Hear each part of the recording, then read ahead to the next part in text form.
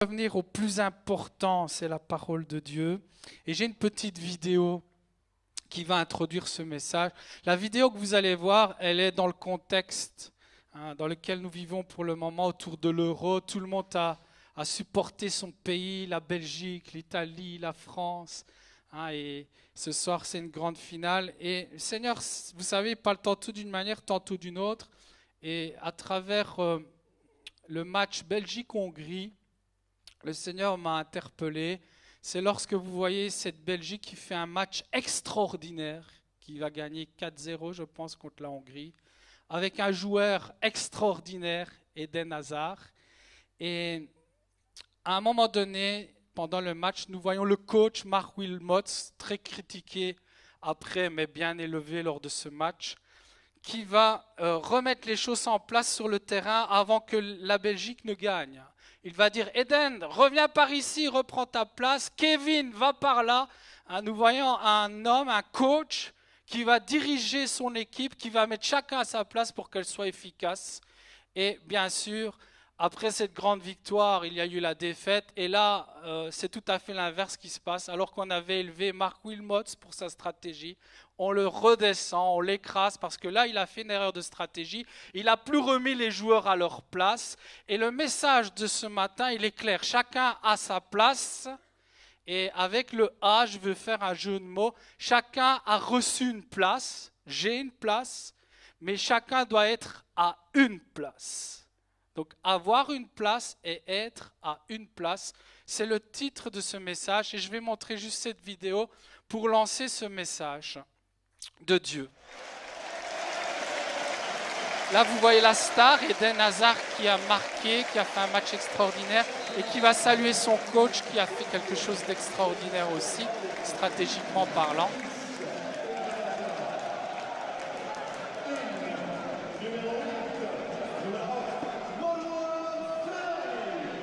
Voilà cette belle vidéo et c'est à travers une illustration comme celle-ci que j'aimerais partager mon message. Merci de me mettre le PowerPoint. Chacun à sa place. Le football, c'est un sport d'équipe comme tant d'autres. Et vous le voyez, il faut mettre des joueurs, il faut les choisir. Il faut choisir ces joueurs. Il y a un choix qui est fait. Et puis, il faut les placer à un endroit. Parce que tel joueur sera mieux à tel ou tel endroit. Et donc, voilà pourquoi j'ai utilisé cette illustration qui est très parlante pour vraiment aider à comprendre ce titre. Chacun a une place, le verbe avoir, mais le A peut avoir un accent aussi. Chacun doit être à une place, à un endroit. C'est le message que Dieu veut nous donner ce matin. Je vais essayer de diriger mon PowerPoint.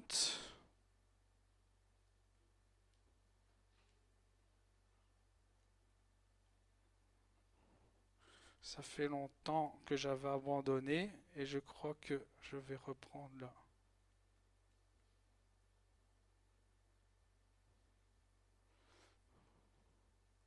Voilà, on va revenir au manuel. Merci. Voilà, chacun à sa place. On peut passer le slide. Et c'est une scène avec Jésus qui va nous conduire dans ce message. Les fils de Zébédée, Jacques et Jean, s'approchèrent de Jésus et lui dirent, « Maître, nous voudrions que tu fasses pour nous ce que nous te demanderons. » Et il leur dit, « Que voulez-vous que je vous fasse? Que voulez-vous que je fasse pour vous? » Et ils vont lui dire, « Accorde-nous, lui dirent-ils, d'être assis, l'un à ta droite et l'autre à ta gauche, quand tu seras dans ta gloire. » L'homme, l'être humain, est à la recherche d'une place. Et là, il y a une question qui vient. Seigneur, moi je veux être à ta droite. Et l'autre, moi je veux être à ta gauche. On peut avancer. Jésus leur répondit, vous ne savez ce que vous demandez. Pouvez-vous boire la coupe que je dois boire ou être baptisé du baptême dont je dois être baptisé? Là, nous voyons qu'une place amène des fonctions. Une place amène du agir. Nous le pouvons, dirent-ils. Et Jésus leur répondit, il est vrai que vous boirez la coupe que je dois boire et que vous serez baptisés du baptême dont je dois être baptisé. Mais pour ce qui est d'être assis à ma droite ou à ma gauche, cela ne dépend pas de moi et ne sera donné qu'à ceux à qui cela est réservé. L'introduction de ce message déjà est forte. Elle nous montre que l'être humain aspire à une place, mais que sur cette terre, c'est Dieu le boss. C'est Dieu qui est souverain et c'est Dieu qui sait où nous devons être. On peut avancer. Les 10 ayant entendu cela commencèrent à s'indigner. Problème de place, problème de voir d'autres voulant prendre les meilleures places, cela amène des tensions. Jésus les appela et leur dit, vous savez que ceux qu'on regarde comme les chefs des nations, ils les tyrannisent et que les grands les dominent. Il n'en est pas de même au milieu de vous, mais quiconque veut être grand parmi vous, qu'il soit votre serviteur. Et quiconque veut être le premier parmi vous, qu'il soit l'esclave de tous, car le Fils de l'homme est venu non pour être servi, mais pour servir et donner sa vie comme la rançon de plusieurs. C'est ce texte qui va nous conduire ce matin. Tu peux avancer, Manu. Question de place. Le grand mal-être de l'être humain sur cette terre, et je crois que nous l'avons tous vécu, c'était de comprendre et de savoir quelle était notre place sur cette terre. Pourquoi nous étions sur cette terre? Pourquoi exister? Moi, c'était ma grande question. Mais Seigneur, ça sert à quoi que je sois là sur cette terre? Si c'est ça la vie, question existentielle, question de sens. Quel est le sens de ma vie? Et le Seigneur, on peut avancer, nous révèle dans sa parole nos origines. Il nous dit d'où vient l'homme. Et oui, l'homme a fait sa théorie. Certains disent qu'on descend du singe, tant pis pour eux. Mais moi, je ne descends pas du singe, certainement pas. Et Dieu dit d'où vient l'homme et où il va. Il parle de son origine. Mais Dieu est merveilleux, frères et sœurs. Dieu a beaucoup plus de choses à nous révéler dans sa parole. C'est non seulement d'où nous venons, quelles sont nos origines, mais quelle est notre place dans son plan. Si Dieu a voulu ma vie, si Dieu a voulu notre vie, frères et sœurs, c'est parce qu'il a un plan pour notre vie. Et j'aimerais entendre un Alléluia ce matin.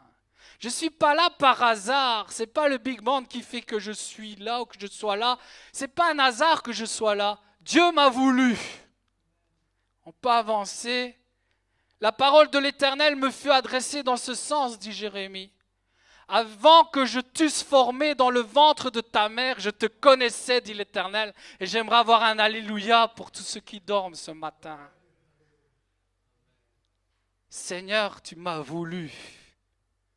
Seigneur, ce bébé, Louis, tu les as voulus. Ils sont là parce que tu les as voulus. Tu les connaissais à l'avance. Je t'avais consacré et je t'avais établi. Dieu a un plan pour nous. Vous allez m'aider ce matin. Ce n'est pas les vacances ici. On va louer le Seigneur. Parce que des paroles comme ça doit vibrer en nous. Ça doit amener la vie en nous. Ne laissez pas le diable vous assommer, vous endormir. S'il y a des mauvaises pensées, chassez-les au plus vite ce matin. Et entendez la parole de Dieu qui doit réjouir nos cœurs ce matin. Jésus nous a voulu. Jésus nous consacre et Jésus nous établit. Il donne une place. Peut-être que Mark Wilmot, s'il s'est trompé, et je prie pour cet homme parce qu'il a tellement fait pour cette équipe que l'homme est tellement mauvais, quand ça ne va pas en détruit, c'est fini. Mais moi, je sais une chose, l'homme, il a ses faiblesses, mais mon Dieu, il est parfait. Et quand il a un plan, lui, il ne se trompe jamais. Et il sait quelle est notre place sur cette terre. Je t'ai établi, Jérémie, je t'ai consacré prophète des nations. Il y a un objectif, il y a un but. Je répondis à Seigneur éternel, voici je ne sais point parler, car je suis un enfant. Et l'Éternel me dit, ne dis pas je suis un enfant, car tu iras vers tous ceux auprès que je t'enverrai. C'est Dieu qui envoie. Il a un plan. Et tu diras tout ce que je t'ordonnerai. C'est moi qui ordonne, dit l'Éternel. Ne les crains point, car je suis avec toi pour te délivrer, dit l'Éternel. J'ai une place dans ce monde et Dieu est avec moi pour que je la prenne. Alléluia, ce matin. Est-ce que nous sommes convaincus de cette vérité?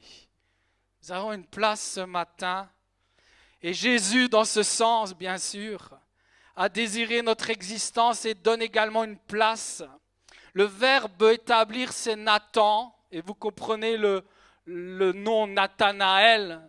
Nathan, c'est donner quelque chose, et elle, c'est Elohim, le Dieu. Dieu donne, c'est ça Nathanaël, ça veut dire cela. Mais le mot établir, c'est donner, mais c'est placer. En hébreu, ça veut dire que ici, Dieu établit, Dieu donne une place. Merci mon Jésus. On a loué le Seigneur, on peut continuer à le louer. Louons-le en tout temps, dit le psalmiste. C'est des paroles qui méritent la louange, l'exaltation. Seigneur, tu m'as donné une place. Je suis là dans cette église, tu m'as donné une place. Je suis là où tu m'as établi dans mon village, tu m'as donné une place. J'ai une place à prendre. Je suis sur mon lieu de travail, j'ai une place à prendre. Seigneur, Jean 13, 18, ce n'est pas de vous tous que je parle, je connais ceux que j'ai choisis, a dit Jésus. Il nous connaît. Est-ce qu'on peut lui dire merci, Seigneur? Tu m'as choisi, Seigneur. Jean 15, 16, ce n'est pas vous qui m'avez choisi, dit Jésus, mais moi je vous ai choisi et je vous ai établi. Les mêmes paroles que l'Éternel. Il est l'Éternel, il est le bon berger. Et afin que vous alliez, que vous portiez du fruit et que votre fruit demeure, afin que ce que vous demanderez en Père en mon nom, il vous le donne. Il nous a choisis, il nous a placés. Pourquoi? Pour porter des fruits. On reconnaît l'arbre à ses fruits. Des fruits, des bons fruits, vous les aurez si l'arbre est en bonne santé. Et ça, vous pouvez demander à mon papa qui est un spécialiste là-dedans. Si l'arbre il n'est pas en bonne santé, pas de fruits. Et là, le Seigneur est en train de dire, vous allez porter des fruits parce que moi d'abord, c'est vous que je veux bénir. C'est l'arbre. C'est l'arbre là que je veux. C'est l'arbre là que je veux planter, psaume 1, près des eaux. C'est là que vous voulez, que je veux que vous soyez. Parce que l'objectif, c'est de porter des fruits dans ce monde. Mais d'abord, il faut que nous soyons en bonne santé. Est-ce qu'on peut dire, Seigneur, merci pour ton plan? Tu veux me fortifier. Tu peux avancer. Assume ta place, toi, là-bas. Psaume 84, 5. Le Seigneur sera toujours là pour nous conduire à la place, à la meilleure des places. Heureux ceux qui placent en toi leur appui, leur confiance. Ils trouvent dans leur cœur des chemins tout tracés. Jésus, tu veux sans cesse me conduire à cette place. Il est dit dans le psaume 23, l'Éternel est mon berger, il est un conducteur. Je ne manquerai de rien. Pourquoi? Parce qu'il me fait reposer à un endroit qui s'appelle les verts pâturages. Parce qu'il me dirige à un endroit qui s'appelle les eaux paisibles. Il restaure mon âme, il me conduit à cette place dans les sentiers de la justice à cause de son nom est Jésus, Yeshua. Il m'a sorti de ma place où les fruits c'était la mort, où les fruits c'était la malédiction pour ceux qui voulaient m'entourer. Il m'a sorti de cet endroit pour me planter à un endroit où j'allais apporter des fruits qui sont la vie éternelle, la vie en abondance. Seigneur, merci pour cette place que tu veux nous donner.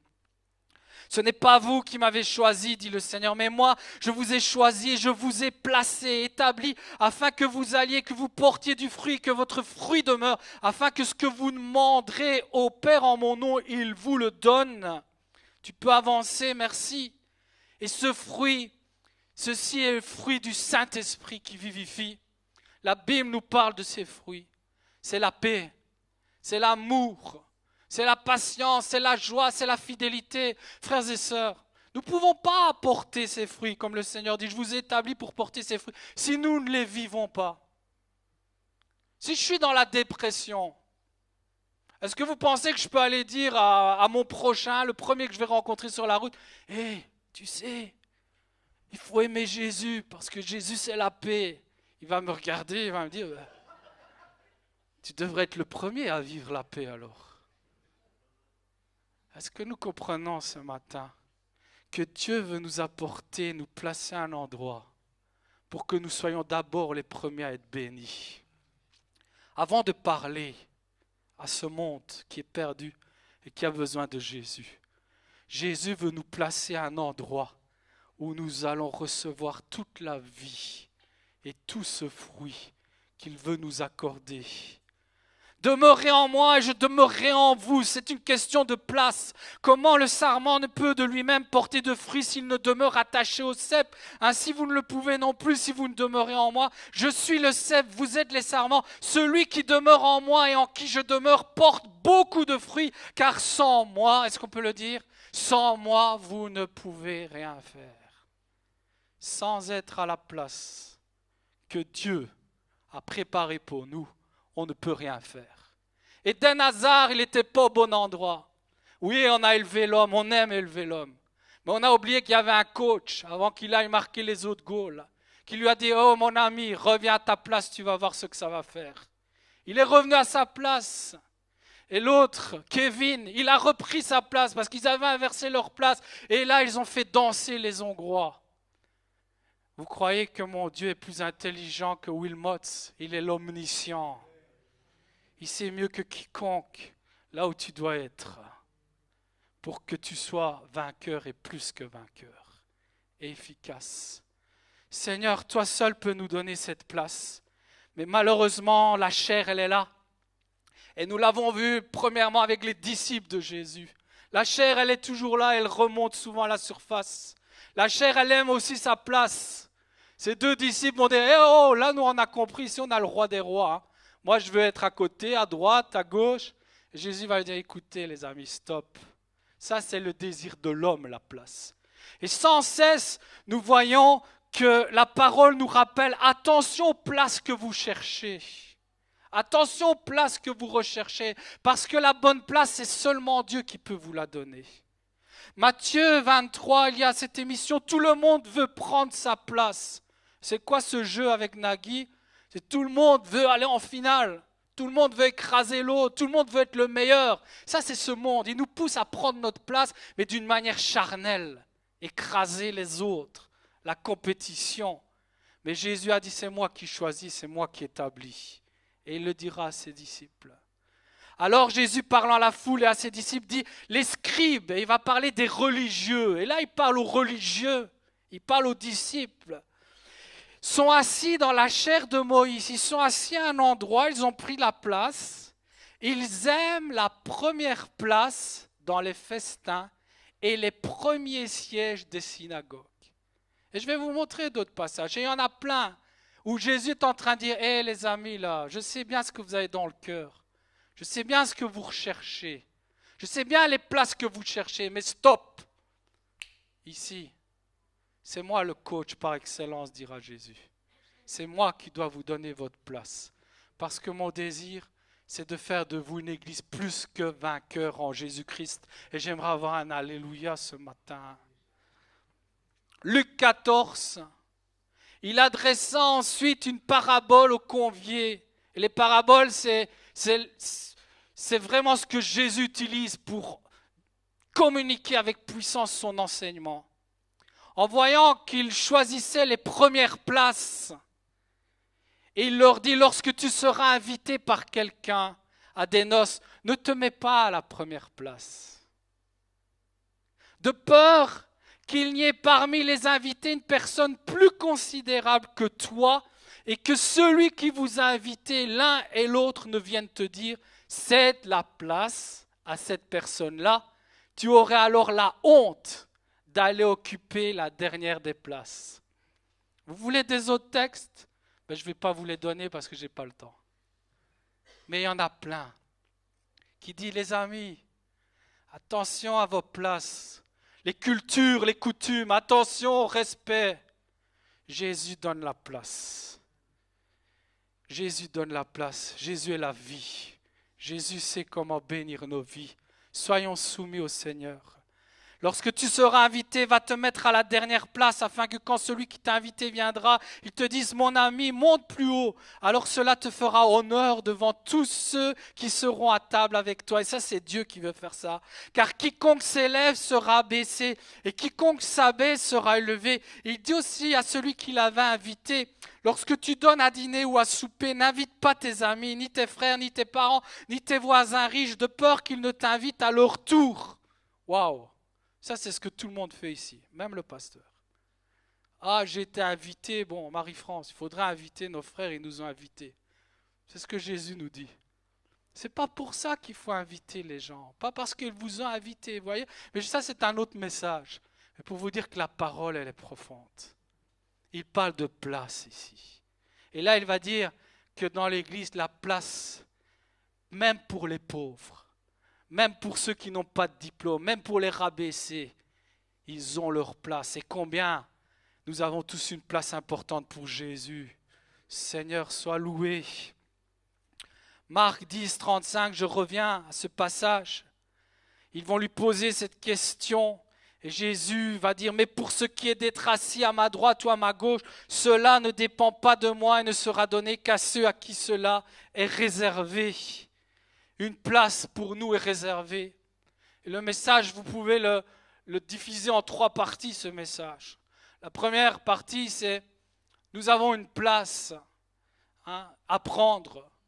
Mais attention, parce que la deuxième partie, c'est il y a en nous quelque chose qui veut des places, charnellement parlant. Et la troisième partie, ça sera simple, et ça sera la dernière, ça sera mais comment entendre la voix de Dieu ? Comment trouver notre place ? Et là, nous voyons que nous avons tous une place à prendre. Une place nous est réservée. Jésus a pris sa place. Il a dit, je suis venu pour accomplir la volonté de mon Père. Est-ce qu'on peut dire la même chose ce matin ? Je suis venu pour accomplir la volonté de mon Père.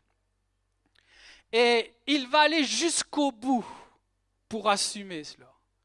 Sa place, heureusement qu'il l'a prise pour toi et pour moi. Elle était sur une croix. Est-ce que nous sommes prêts à prendre notre place ? Il y a un prix à payer pour aller chercher les bénédictions. Le résultat de ce prix, c'est que toi et moi, nous ayons la vie éternelle, la plus grande des bénédictions. Sache que si tu prends ta place, ton église va être bénie, ta famille va être bénie, parce que tu vas être là où Dieu veut que tu sois. Et si Dieu est avec nous, qui sera contre nous ? Paul va dire aussi, je prends ma place, apôtre de Jésus-Christ. Et vous voyez, ça c'est tous ces voyages, 3 grands voyages. À chaque endroit où il était, il y a même un endroit fort où il va aller à un endroit, le Saint-Esprit dit, c'est pas là que tu dois aller mon ami, c'est là. Il a pris la place que Dieu voulait lui donner. Est-ce que nous voulons prendre notre place ce matin ? Est-ce que nous comprenons ce matin l'urgence de prendre notre place ? Quelle est la place de l'Église ? Quelle belle Église, n'est-ce pas ? C'est nous, c'est vous et moi. On est beau, on est magnifique. Imaginez-vous que Dieu nous regarde, qui dit qu'ils sont beaux. Mais lui, là, je préférerais qu'il soit là. Parce que là, c'est pas bien. Seigneur, si nous devons changer de place ce matin, parle-nous. Parle-nous, Seigneur. Tu aimes ton Église et tu sais comment elle doit être structurée. Tu sais comment chaque membre doit prendre sa place. Et c'est ce qu'on va voir, c'est la Bible qui le dit. Ce n'est pas le pasteur. Le pasteur doit communiquer la parole de Dieu, prêcher la parole de Dieu. Matthieu 5, 13, vous êtes le sel de la terre, Église. Mais si le sel perd sa saveur, à quoi lui rendra-t-on ? Il ne sert plus qu'à être jeté dehors et foulé aux pieds par les hommes. Vous êtes la lumière du monde. Une ville située sur une montagne ne peut être cachée et on n'allume pas une lampe pour la mettre sous le boiseau, mais on la met sur le chandelier, à un endroit, une place, et elle éclaire tous ceux qui sont dans la maison. Que votre lumière luise ainsi devant les hommes. Église de Jésus-Christ, est-ce qu'on veut prendre notre place ?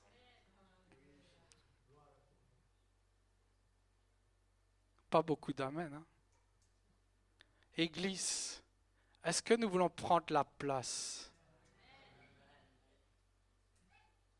sans être attaché. Qui est la lumière? C'est Jésus. Quand il me dit que je suis la lumière, je dis, mais tu fais une erreur, Jésus. Tu as dit, je suis la lumière du monde. Et toi, tu me dis, vous êtes la lumière. Mais je comprends ce qu'il veut dire. Il veut dire, mais si tu demeures en moi et moi je demeure en toi, la lumière, elle est là où elle est. Je vais briller. Qui veut être le sel de la terre ce matin? Qui veut être à sa place ce matin? Sortons de notre mauvaise place. Sortons de notre désert spirituel ce matin et allons nous attacher au bord de ce fleuve d'eau vive. Vous savez, Matthieu 5,13, c'est l'un des plus beaux passages pour moi enseignés par Jésus. C'est le sermon sur la montagne. Vous savez, un grand prix Nobel de la paix a dit Gandhi, tu peux le mettre, merci. Le sermon sur la montagne a été cité par lui comme le plus beau des messages d'espoir pour l'humanité. Et vous savez ce qu'il va dire? Je l'ai prêché une fois à l'île de la Réunion lorsque je mariais Véronique et Michael.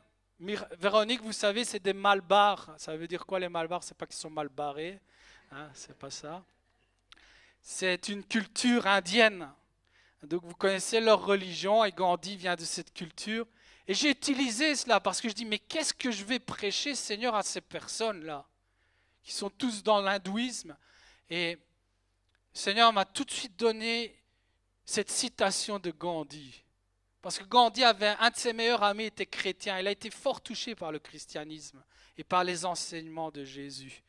Et il va dire, si tous les chrétiens mettaient ce sermon en pratique, le monde serait transformé. Alors vous croyez, quand moi j'ai dit, Gandhi, votre ami, il a dit ça, ben, le Seigneur il m'a ouvert la porte de sa prédication. Parce que rien ne peut arrêter l'unique, le seul chemin qui mène à la vie éternelle. C'est Jésus. Si l'Église prend sa place, frères et sœurs, nous allons être transformés. Notre entourage va être transformé. Ce monde sera transformé. Une Église gouvernée par le Saint-Esprit, c'est l'Épître aux Corinthiens qui le dit. J'ai planté, Apollos a arrosé, mais Dieu a fait croître. C'est qui fait croître? C'est Dieu. C'est lui qui doit me donner ma place, en sorte que ce n'est pas celui qui plante qui est quelque chose, ni celui qui arrose, mais Dieu qui fait croître. On avance. J'ai planté, tu peux avancer. 1 Corinthiens 12, il y a diversité de dons dans l'Église, mais le même esprit, c'est lui qui dirige. Il y a diversité de ministères, regardez autour de vous, on est tous différents. Et le Seigneur nous appelle tous à des services différents. Mais le même Seigneur, diversité d'opérations, mais le même Dieu qui opère tout en tous. Or, à chacun, la manifestation de l'Esprit est donnée pour qui? Pour l'utilité commune. Ce passage nous rappelle encore une fois que chacun a une place importante et que c'est l'Esprit de Dieu qui doit gouverner l'Église.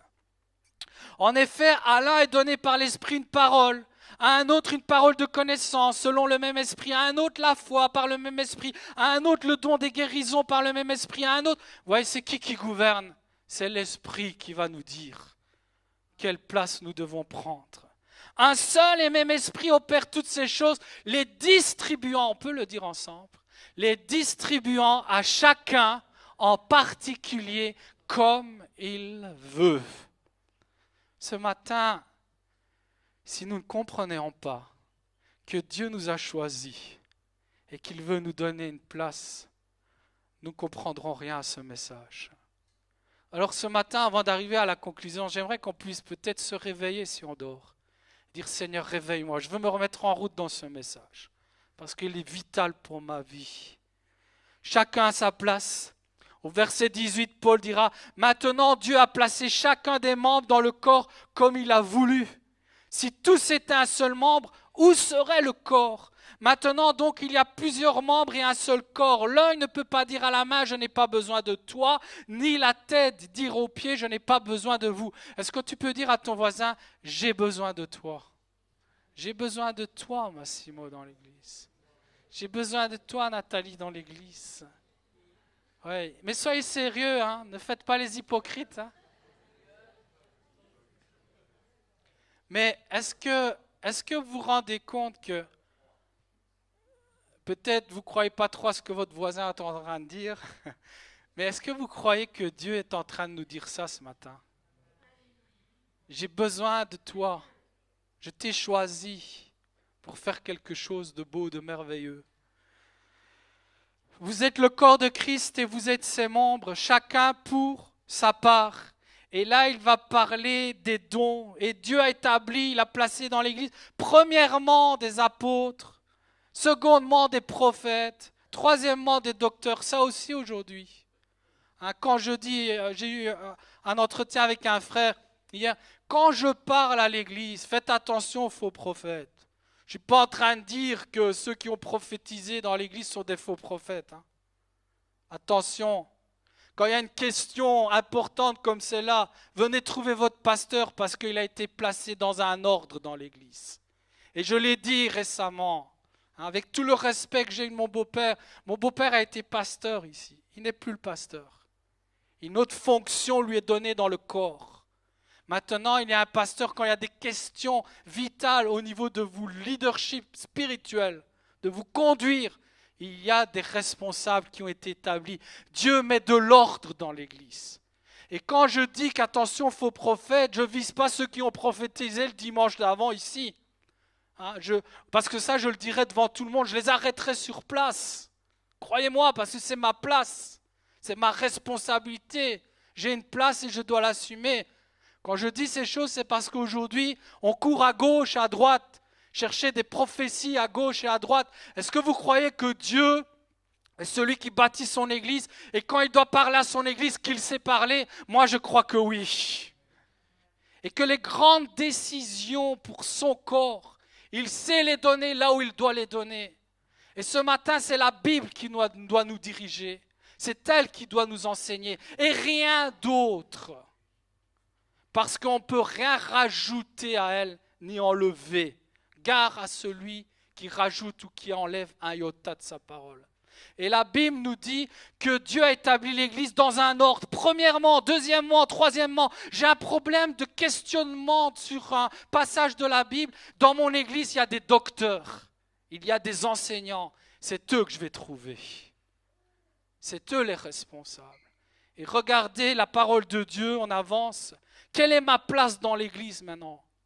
Je veux la savoir puisque tout est mis là pour que je puisse entendre quelle est ma place. Ce matin, Seigneur, on prie, on vit le message. Il est vivant. Montre-moi ma place. Peut-être aussi la deuxième question pour la fin de ce message, c'est peut-être je suis sorti de ma place. Remets-moi à ma place. Deux questions importantes ce matin. J'ai fait un beau développement pour arriver à deux questions importantes auxquelles Dieu veut nous donner la réponse. Quelle est ma place? Comment trouver ma place? Ou comment reprendre ma place qui était ma place? Acte 8, 26. Philippe. Qui connaît Philippe? Philippe dans les Actes des Apôtres. Un ange du Seigneur s'adressa à Philippe, lui dit, « Lève-toi, ce matin, lève-toi et va. » Du côté du midi, sur le chemin qui descend, Dieu est capable de donner des directives de cette manière. Moi, je l'ai témoigné personnellement. Qui peut témoigner ce matin que Dieu, il montre des chemins tout tracés à celui qui se confie en lui? À un moment donné, avec Marie-France, quand nous avons été appelés au ministère ici, on avait une route vers le sud. Elle était là, elle était belle. Avec tous ses avantages. Salaire. Le salaire que j'ai aujourd'hui, ça fait 8 ans que j'aurais pu l'avoir. Tout était bien clair et toutes ces choses. Et puis Seigneur, il dit non, c'est pas là que je te veux. C'est ici à Wanfers-Sébollet. Et je te veux pour faire ça. C'était clair. Est-ce que vous avez cette foi que ce qu'il est écrit dans les Actes des Apôtres par Luc est véridique? Que Dieu s'est donné des directives claires. Sur le chemin qui descend de Jérusalem, tu l'es s'il te plaît, merci. de Jérusalem à Gaza, celui qui est désert, il se leva et partit, il obéit, il se lève. Et voici un Éthiopien, un eunuque, ministre de Candace, reine d'Éthiopie, surintendant de tous ses trésors, venu à Jérusalem pour adorer, s'en retournait assis sur son char et lisait le prophète Ésaïe, l'Esprit dit, l'Esprit parle ce matin, Seigneur, ton serviteur t'écoute. Est-ce qu'on peut le dire, Seigneur, parle ce matin? Parle, Saint-Esprit, ce matin. Je suis dans l'église, là. C'est cette église-là, c'est là que tu m'as attaché. Parle maintenant, ici. Je n'ai pas besoin de courir à gauche et à droite. Tu parles ici selon ta Bible, selon ce que tu m'as enseigné. C'est ici que tu vas parler. Je n'ai pas besoin de courir à gauche et à droite. Seigneur, tu bâtis ton église, tu la diriges, tu la conduis. L'Esprit dit, avance et approche-toi de ce char. Philippe a couru et entendu l'Éthiopien qui lisait le prophète Ésaïe. Un jour, j'étais dans une radio, je ne sais même plus quelle radio, à Falisol, la radio que Johan. Snoopy? Il rigole. C'est Snoopy? Ouais, radio Snoopy, quoi que vous voulez. Mais j'étais à une place bien précise. J'étais parti avec Nathalie, elle était interviewée à l'époque de l'Eurovision. Et c'était Johan, le présentateur. Et Johan, à un moment donné, on s'en va. Vous connaissez Johan, très gentil. Il offre un bouquet de fleurs à Nathalie, une bouteille de champagne. On s'en va. Et puis qui nous rencontrons là? Sa maman avec Stéphanie. Le Saint-Esprit me dit, vous croyez ça? Vous croyez ça? Que le Saint-Esprit remplit le studio et le Saint-Esprit me dit, cette femme-là, elle a une tristesse que je veux chasser. Je veux mettre une joie dans son cœur. Et je dis à cette dame, madame, je sens qu'il y a une tristesse dans votre cœur. Je ne savais rien. Béatrice avait perdu son mari l'année avant. Je dis, mais il y a quelqu'un qui veut remplir votre cœur. Son nom est Jésus. Et quand l'Esprit parle, et quand on fait ce que l'Esprit dit, c'est sûr qu'il y a conversion. Toute la famille est venue à Jésus-Christ. Est-ce que vous croyez que l'Esprit dit et l'Esprit parle encore aujourd'hui? Seigneur, sois béni. Avance et approche-toi. Et Philippe a couru. On peut avancer. Le chapitre qui suit, c'est la même histoire, mais avec quelqu'un d'autre. Parce que l'Esprit, il se répète avec chaque être humain. Le chapitre après, c'est qui? C'est l'histoire d'un grand homme qui s'appelle Paul, qui va faire des choses extraordinaires, sensibles à l'Esprit de Dieu.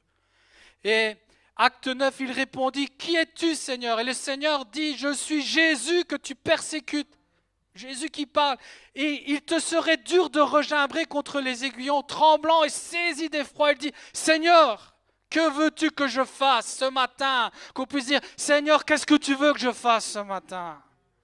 Viens me réveiller ce matin. Et le Seigneur lui dit, lève-toi. Vous avez déjà entendu ça il n'y a pas longtemps. Lève-toi, il l'a dit à Philippe. Jésus passait et disait, lève-toi et marche. Et le Seigneur lui dit, lève-toi, entre dans la ville et on te dira, on va parler, on va te dire ce que tu dois faire. Chaque matin, mon Dieu est assez puissant pour te dire ce que tu dois faire. Et les hommes qui l'accompagnaient demeurèrent stupéfaits. Pourquoi ils étaient stupéfaits? Comme certains d'entre vous ce matin qui se disent, oh attends là, ton Dieu, moi je ne l'ai jamais entendu. Mais ils étaient étonnés, ils étaient stupéfaits, ils entendaient bien la voix, mais ils ne voyaient personne. Vous avez compris comment nous allons trouver notre place. Dieu va parler. Ils entendaient la voix. Et quand le Saint-Esprit veut parler, c'est pour nous mettre à part. Vous savez, église, en grec, c'est ecclésia. Il y a le ek dedans. Et là, vous le connaissez, il est bien rentré dans notre vocabulaire. Extérieur. L'église, c'est des mises à part. Le Seigneur, déjà, il nous a mis à part de ce monde. Mais il sait nous mettre à des endroits bien précis. Il sait nous conduire.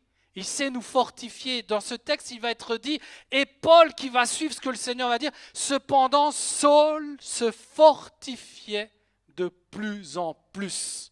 Qui veut être sensible à cette voix? Qui va nous fortifier chaque jour, nous conduire. Mais il s'agit d'être sensible à sa voix.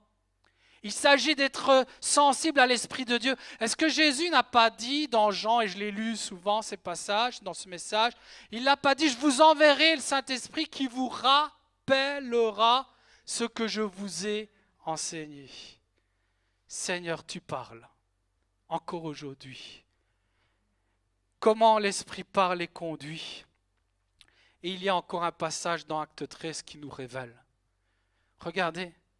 Il y avait dans l'église d'Antioche, on est dans l'église comme aujourd'hui, avec les ministères, des prophètes, des docteurs, Barnabas, Siméon appelé Niger, Lucius de Cyrène, Manahan, qui avaient été élevés avec Hérode le tétrarque et Saul, pendant qu'ils servaient, écoutez bien, hein, laissez-vous enseigner par la parole, pendant qu'ils servaient et qu'ils jeûnaient, prièrent, le Saint-Esprit dit, moi je suis convaincu que ça c'est la parole de Dieu et que la parole de Dieu est la vérité. Que si je suis attaché à mon église, que si je sers dans mon église, parce qu'après on peut être de l'église, de Bolet, mais moi j'aimerais qu'on puisse dire, et on va le dire ensemble, moi je suis dans l'église de Bolet. Ça, c'est un jeu de mots où le diable est tellement rusé. Et là, je ne me prends pas plus intelligent que lui, je me prends plus fort que lui par celui qui est en moi et qui lie l'homme fort. Combien de fois vous avez été trompés, où le diable vous dit, mais toi, tu es de Bolet et vous êtes content. Non, moi je suis dans l'église de Bolet, dans le corps de Bolet. Je suis attaché. Là où le corps est, je suis. Là où l'église de Bolet prie, je suis. Là où l'église de Bolet agit et proclame la parole, je suis. L'église était rassemblée, les ministères étaient là. Ils servaient, ils jeûnaient, ils priaient et le Saint-Esprit parlait. J'aimerais avoir un alléluia ce matin. Réveillons-nous, Église de Jésus-Christ. Nous sommes appelés à être un peuple vivant. Vivant. Seigneur, tu ne me reprends pas ce matin. Le diable est en train peut-être de te dire, regarde ton pasteur comme il te reprend. Non, mon Dieu est en train de me reprendre à lui pour me bénir ce matin. Alléluia, Jésus. Seigneur, viens, remplis-moi de toi. Ouvre mes yeux, c'est la vérité qui vous affranchira, pas les mensonges du diable.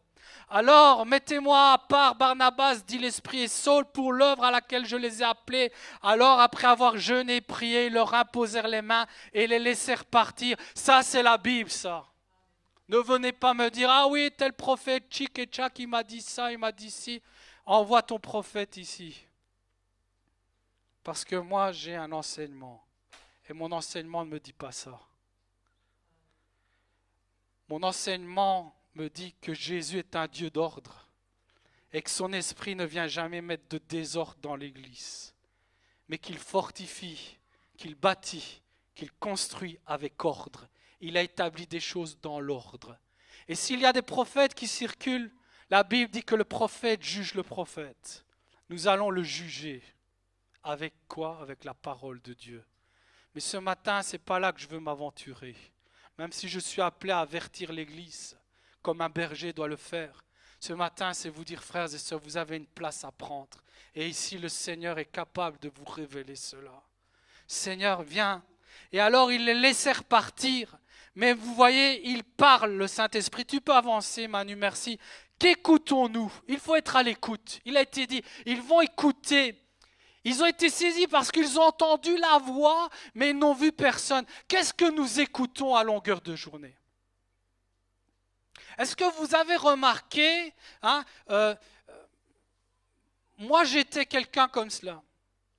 Quand je rentrais du restaurant, j'ai fait mes études au conservatoire à Bruxelles. Ne soyez pas distraits, soyez concentrés à la parole de Dieu. Et lorsque le soir j'allais travailler comme étudiant dans le restaurant de mon oncle, je revenais très tard. Pour m'endormir, j'avais besoin d'allumer la télévision. Est-ce que vous me croyez? J'avais besoin, sans la télévision, ce n'était pas possible de m'endormir. Mais pourquoi? Il fallait que j'écoute, il fallait que j'entende des choses. Le Seigneur m'a libéré de cela. Parce que ce n'était pas un vrai repos, ça. Dans mon sommeil, j'entendais toujours quelqu'un qui parlait. C'était une perturbation.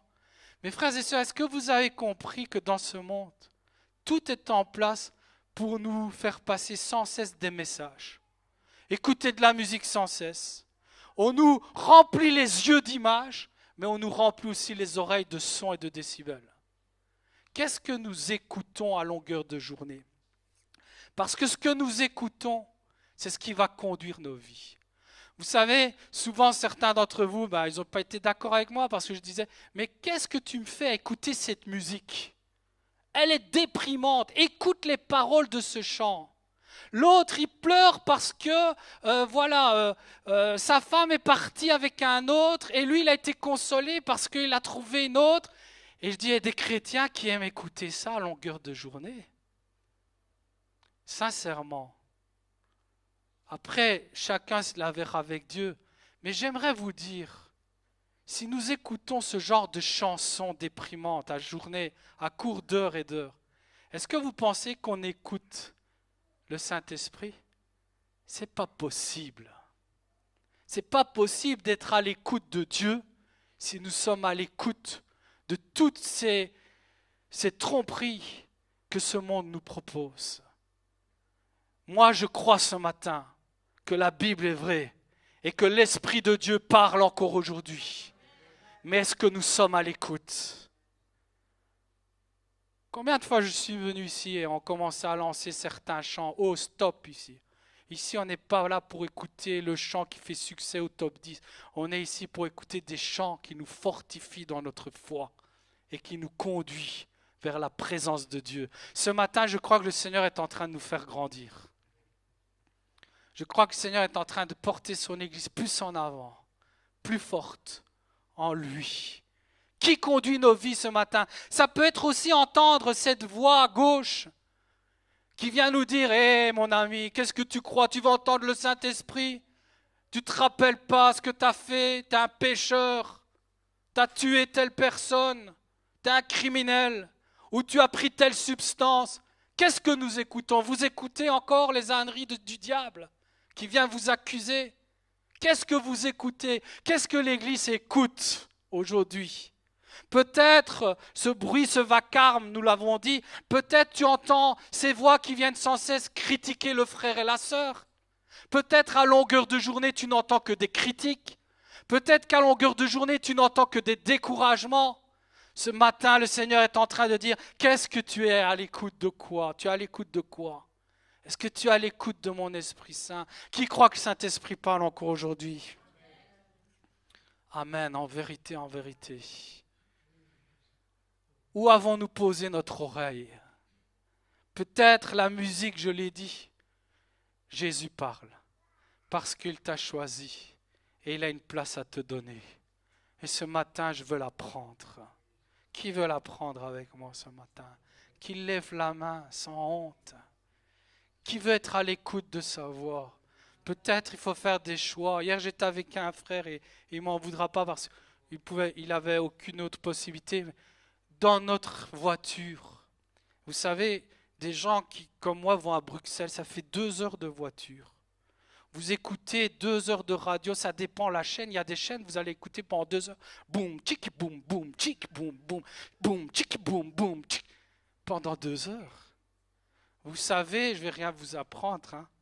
Vous pouvez écouter pendant 2 heures de la louange qui élève Dieu et votre âme. Pendant 2 heures, vous pouvez écouter une prédication. Quel est votre centre d'écoute? Ce matin, le Seigneur nous rappelle qu'il parle. Tu peux avancer, Manu? Si c'est le Saint-Esprit qui parle, nous ne pouvons vivre qu'une soif de sa parole. La voix de l'Esprit et les actes des apôtres le disent, ils étaient toujours en train de prier, persévérer dans la prière, dans l'étude des apôtres, l'enseignement des apôtres, et dans la communion, ils servaient. C'est là que Dieu parle. C'est là que Dieu parle. Quand je me mets à part avec lui, il me parle. Quand je lis sa Bible, il me parle. Dieu me parle. Quand je suis en action, combien de fois en Haïti, c'est là que Dieu m'a souvent parlé de manière extraordinaire. C'est quand j'étais en marche dans le service. Comme Paul l'a dit, alors qu'il va à un endroit, le Saint-Esprit il lui montre un Macédonien.